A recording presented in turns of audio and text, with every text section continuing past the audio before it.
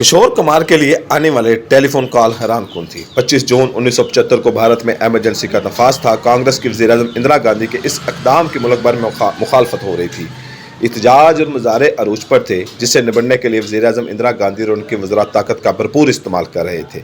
संजय गांधी इस सारे एक्शन की निगरानी कर रहे थे, जो मुखालफिन की हर सदा और हर ललकार को ताकत के बलबूते पर दबाते चले जा रहे थे। इज़हार राय की पाबंदी ऐसी थी कि जो इस एमरजेंसी के खिलाफ लब कुशाई करता वो रातों रात गायब हो जाता। हज़ारों सियासी कारकुनों और रहनुमाओं को जेलों में डाल दिया गया। किशोर कुमार को वसूल होने वाली कॉल महकमा इत्तलात के सीनियर अफसर की थी, जो इनसे मुलाकात करने का ख्वाहिशमंद था। गुलकार और अदाकार किशोर कुमार ने इंतहाई रूठे लहजे में से जवाब दिया, इनकी तबीयत ठीक नहीं है, वो दिल के तकलीफ में मुब्तला हैं। डॉक्टर ने मेल मिलाप से मना किया है। किशोर कुमार के सख्त और तलख लहजे को महसूस करते हुए सीनियर अफसर ने फ़ोन करने की बजाय वजह बयान करना शुरू की। उसका अंदाज़े गुफ्तगू अब हुक्म वाला था। किशोर कुमार को बताया जा रहा था कि इंडियन नेशनल कांग्रेस के रहनुमा और इंदिरा गांधी के बेटे संजय गांधी कांग्रेस के 20 नकाती इकनॉमिक प्रोग्राम की पब्लिसिटी चाहते हैं और संजय गांधी की ख्वाहिश है कि इस झंडे को किशोर कुमार अपनी सुरीली आवाज़ में रिकॉर्ड कराएं। किशोर कुमार इससे कबल बम्बे में होने वाली कांग्रेस यूथ रैली में परफॉर्म करने से भी इनकार कर चुके थे, लेकिन एक बार फिर इन्हें सियासी पब्लिसिटी के लिए इस्तेमाल किए जाने की ख्वाहिश जाहिर की जा रही थी। किशोर कुमार का मानना था कि फनकार सियासी वाबस्तगी से आज़ाद होने चाहिए, बल्कि फनकार तो हर किसी का होता है और अगर से सियासी कैद में जकड़ा जाए तो उसका फन अपना असर छोड़ देता है। किशोर कुमार ने सरकारी अफसर के बाद दरमियान से काट कर बोलना शुरू किया कि वो इस सिलसिले में कोई भी मदद करने से कासर है। दूसरी जानिब से अब सरकारी एहलकार का लहजा और भी सख्त होता जा रहा था, जिसने बारोब अंदाज में कहा, यह इत्तलात के वज़ीर वदिया चरण शुक्ला का हुक्म है, जिस पर किशोर कुमार ने भी बेरुख के साथ कहा, तो इसका मतलब है कि मैं उनका हुक्म मानूं। ऐसा नहीं हो सकता। अब सरकारी अफसर ने धमकी भरे अंदाज में किशोर कुमार को मुखातब किया। जानते हैं ना, इस इनकार के नताइज किशोर कुमार ने कुछ कहे बगैर फ़ोन बंद कर दिया। उधर ये बात इंदिरा गांधी के वज़ीर इत्तलात वदिया चरण शुक्ला तक मिर्च मसाला लगाकर पहुंची तो उनका गुस्सा भी सातवें आसमान में पहुंच गया। शुक्ला के बारे में मशहूर था कि इंदिरा गांधी से ज़्यादा संजय गांधी का वज़ीर था। भारतीय अपोजिशन जमातें इन्हें प्रोपेगेंडा मशीन करार देते थे। ये झूठ और दूसरी मुबलग राय किस कदर बुलंद बाला अंदाज में पब्लिसिटी करते थे कि वो सच लगने लगता। संजय गांधी कौन कौन से ज़ालिमाना और वहशियाना इक़दामात करें, इसका मशवरा वदिया चरण शुक्ला ही से मिलता। कईयों का मानना है कि मुसलमानों की नस्बंदी का आइडिया भी वदिया चरण शुक्ला के दिमाग की पैदावार थी। शुक्ला की जुबान से निकला हुआ हर हुक्म ये तस्वुर किया जाता था कि वो संजय गांधी का है।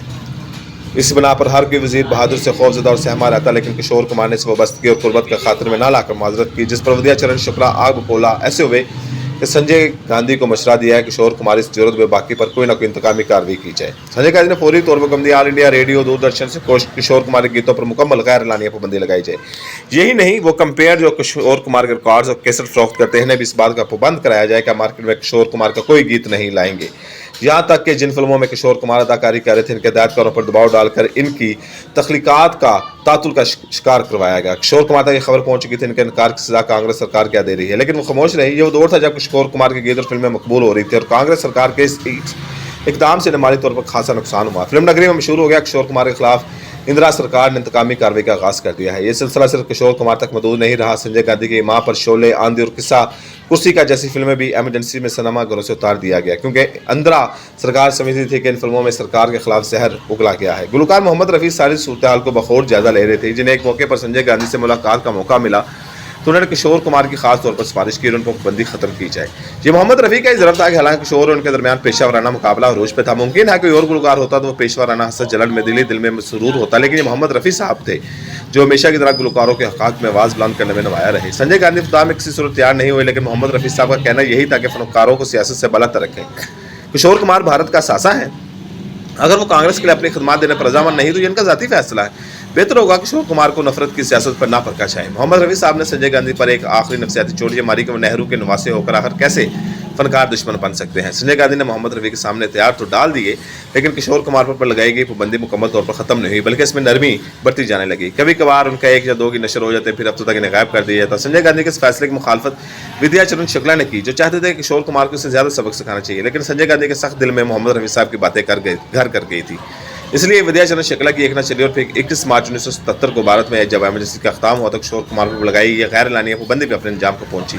दिलचस्प बात यह है कि ना सुनने के आदि इस वक्त के भारतीय वज़ीर इत्तलात वदिया चरण शुक्ला बाद में 2013 में छत्तीसगढ़ में लायद की पसंदों के हाथों मारे गए। बहरहाल वक्त तो बहुत बीत गया, लेकिन आज भी भारत में हुकूमती वहशियाना और ज़ालिमाना इक़दाम के खिलाफ आवाज़ उठाने वाले फनकार, अदीब, शोरा, समाजी कारकुनों को मुख्तलिफ मसाइल और मुकदमात पाबंदियों का सामना करना पड़ता है।